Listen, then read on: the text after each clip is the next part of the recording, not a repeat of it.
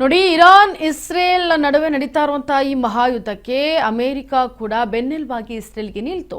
ಈಗ ಇರಾನ್ಗೆ 2 ದಿನಗಳ ಕಾಲ ಡೆಡ್ಲೈನ್ ಅನ್ನು ಕೊಟ್ಟಿದೆ ಅಮೆರಿಕ.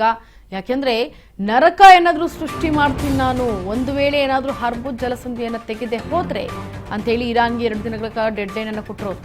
ಮುಂದುವರೆದ ಇರಾನ್ ಅಮೆರಿಕ ಸಮರ.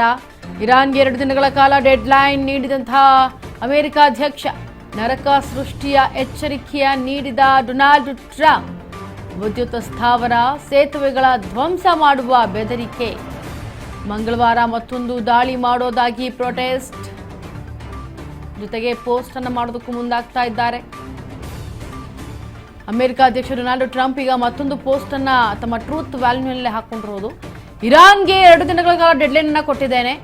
ಒಂದು ವೇಳೆ ಹರ್ಮುಜ್ ಜಲಸಂಧಿಯನ್ನ ಮುಕ್ತ ಮಾಡದೆ ಹೋದರೆ ಇನ್ನೆರಡು ದಿನಗಳಲ್ಲಿ ನರಕವನ್ನ ಸೃಷ್ಟಿ ಮಾಡ್ತೇನೆ ಅಂತ ಹೇಳಿ ಎಚ್ಚರಿಕೆಯನ್ನ ನೀಡ್ತಾ ಇದ್ದಾರೆ ಡೊನಾಲ್ಡ್ ಟ್ರಂಪ್. ವಿದ್ಯುತ್ ಸ್ಥಾವರ ಏನಿದೆ ಇರಾನ್ನ, ಜೊತೆಗೆ ಸೇತುವೆಗಳೇನಿದ್ದಾವೆ ಅವನ್ನೆಲ್ಲವೂ ಕೂಡ ಧ್ವಂಸ ಮಾಡ್ತೇನೆ ಅಂತ ಬೆದರಿಸ್ತಾ ಇದ್ದಾರೆ.